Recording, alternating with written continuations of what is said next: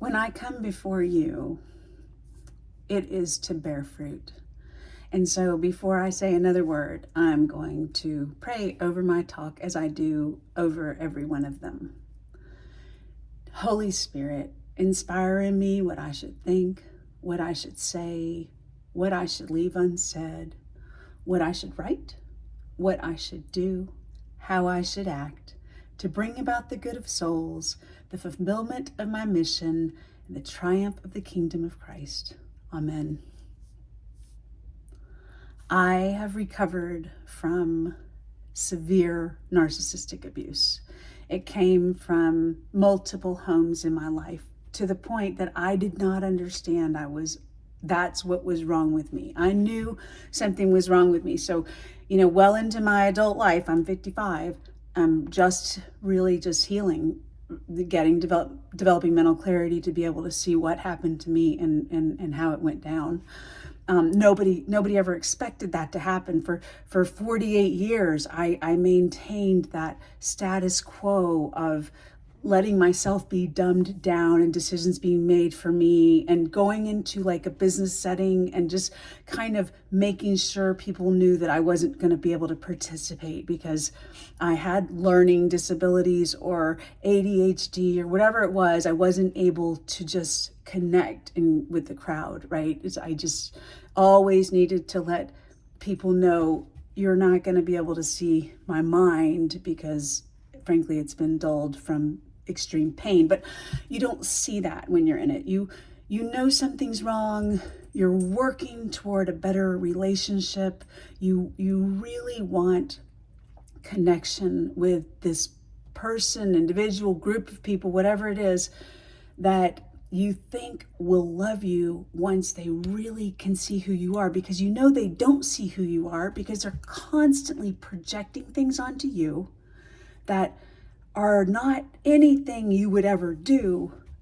But as I've come to learn in my mental clarity, it is what they are doing and projecting onto you. So for example, I was so faithful in my first marriage that had no love. I had no attention. I had no adoration. I was treated like a garbage bag that was just sort of set in the side of the room. You might open up and dump something, whatever. It was no love. There was no tenderness. There was no care. And in fact, it was just repeated of my childhood of hurting me and not allowing me any room to feel confident, or, discouraging me with self-esteem issues, trying to keep me away from people who might offer some support, help me to grow and develop. And so I couldn't be really connected. I could have those people in my life, but they were not allowed to be close enough to understand my reality. And there were times I would tell people, I'm like, I am abused. And, yeah, I don't think so, Charlotte. I've never even seen him drink, and so that's what happens when someone finally gets to the point where they realize, like, okay, this is abuse. What am I going to do? You try it. First of all, you try and tell your abuser. You go to them and you let them know, you blow your cover right off the top. You're like, hey, listen, this is going on. And they're like, no, it's not. They start gaslighting you. They're like, you're making that up. I cannot even believe you think that about me. Gosh. Wow. Next thing you know, you're apologizing to them for hurting them.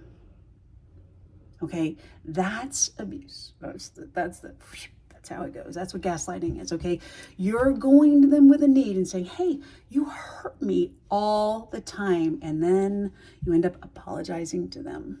And that individual could be a spouse, that could be a parent, it could be another parent, it could be a sibling, it could be a child. It could be a neighbor, it could be a coworker, it could be a grandparent, it could be anyone. So what happens is there's a chemistry that goes between one individual who is extremely insecure, most likely because they were raised in an environment where there was not a support system. I did not even know something existed like what I have today. I did not know it existed. And Nor did the people in my background. I mean, when I got married to this man who loves me and started to cause me to feel loved and blossom and develop and find my voice, which they hate, you know, they tried to take him from me because it was just so like unfamiliar. I don't think like in the heart and hearts of these people that they really wanted me to suffer. But life had become that way. It had become a lifestyle where like there's suffering, and Charlotte's always suffering, and she'll carry the suffering for the family, and she'll just do it with a smile, and she'll make us laugh, and she'll take beautiful pictures, and she'll remember our birthday. But nobody wanted to realize what it did to my brain. Maybe they did. I mean, certainly within the crew of people that participated in my narcissistic abuse environment, there were different, there's a spectrum of people that understood. And I can guarantee you in environments like that, there's a kingpin who's running the whole thing and is making promises to the different levels of minions that they've got under them. And that could be a mother, that could be a father, that could be anybody, but somebody is in some type of a role where they feel superior to whatever anyone else in the system, anyone else. So they are the most superior being. And, they're not worshiping God, No way, because they're self-worship. And these are, that's a stereotype. No. It's actually what happens. These people begin to worship themselves and feel that entitled, almost like they make themselves a king or a queen. And all of a sudden, everybody needs to treat them as such. And I'll tell you, people start acting that way, people start responding. They do. They're either going to leave or they're going to stay. But for narcissism, the narcissist is very clever. And so they spend some time and attention on their prey, paying attention. What is it that is really valuable to that person so that they can use it to love bomb them. So I love turtles. And okay, kind of a joke Brian and I had early in our marriage was he'd be like, hey, I've got a turtle collection, and it's, that would be something like if he had paid attention to what I liked and then he'd come along and wouldn't really talk like that because I would never fall for that. Although I was accused of doing that, but I didn't. Anyway, using something they know that you value. For example, prior to now having my life shattered and everything I loved taken away, including my children, I valued relationships more with others before my relationship with God. And that's why I lost them all, because he's a jealous God. He's got bigger plans for me than that. He's like, yeah, you can be a good Christian and people can follow you and you can still worship your relationships with your family, or we can just knock those right on out. So it's just going to be us. Can't believe I'm saying it, but I'm so grateful he did that, because there was not a single component of any of my former relationships that he took from me that even came close to what I have today in him alone. He's given me Brian, but Brian's just a gift. I got to have my relationship with God. Brian's got to have his relationship with God. And then the three of us come and we weave together. We're this strand of three, not easily broken. And I can tell you, like the people that tried to break us up, they were smart. Oh my gosh, the way they got me away from him. There was I got an invitation that I had always longed for. And they knew I wouldn't turn it down. And when I said, can he come? They were like, no, because they knew they were luring me across the country without him. And they were going to butter me up with just all kinds of glitter and glam. And then they would start gaslighting me and telling me that he didn't love me and that I had made a mistake like I had in the first marriage. Well, you thought he loved you, didn't you? Or, Charlotte, there's no man that's as good as this you say that he is be interested in you. No, that's just, you're wrong, honey. You've got it wrong. you make mistakes like this. Just you need to accept it. So let's be honest. I had to go through a process and a period of saying, is that true?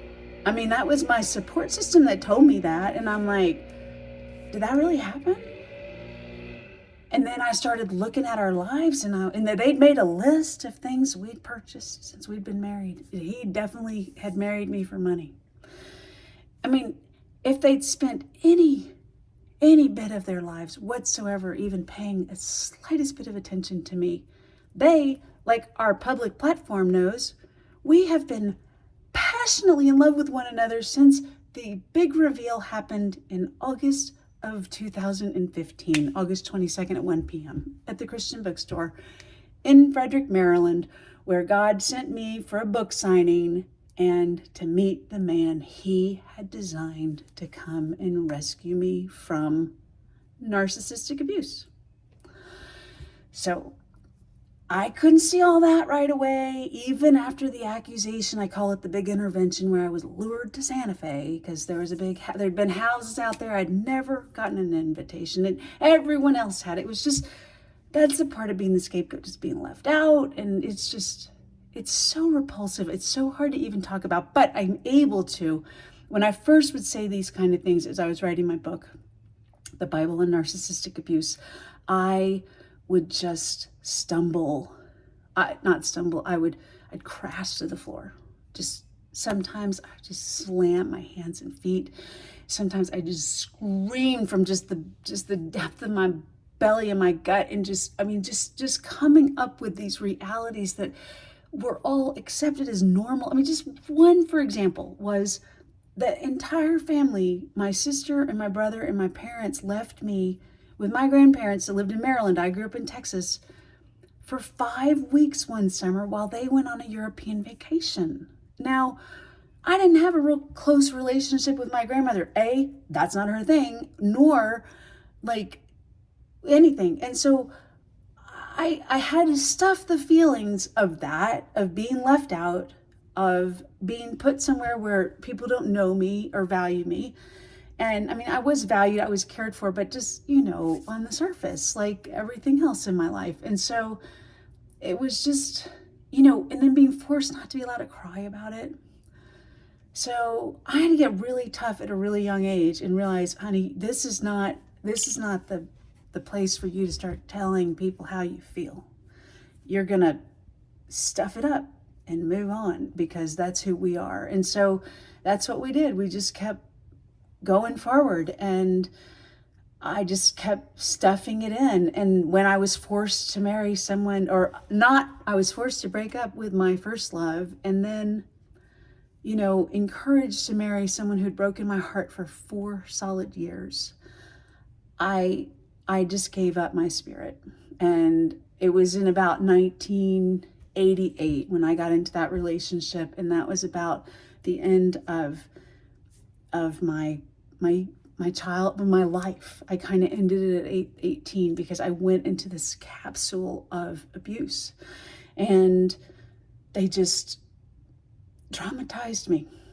And it was just, that's what happens. So to have an abusive spouse, a lot of people can have an abusive spouse, but I also had an abusive family system. So everybody played a little different role, but trust me, no one was trustworthy in that system. And I did not know it because I am trustworthy. So I'm like, one of the things we do as victims or empaths or whatever, we project our goodness onto our abusers, and we don't see who they really are. We just put on these rose-colored glasses, and we're like, yeah, I mean, sure, he did that, but but look at this, and look at, I know he can do better, she can do better, or I know she wouldn't have never meant to hurt me that way. And I'm going to tell you, in my recovery journey, what I've learned, it's absolutely 100% intentional, every bit of it. I'm going to grab my cat. Come here.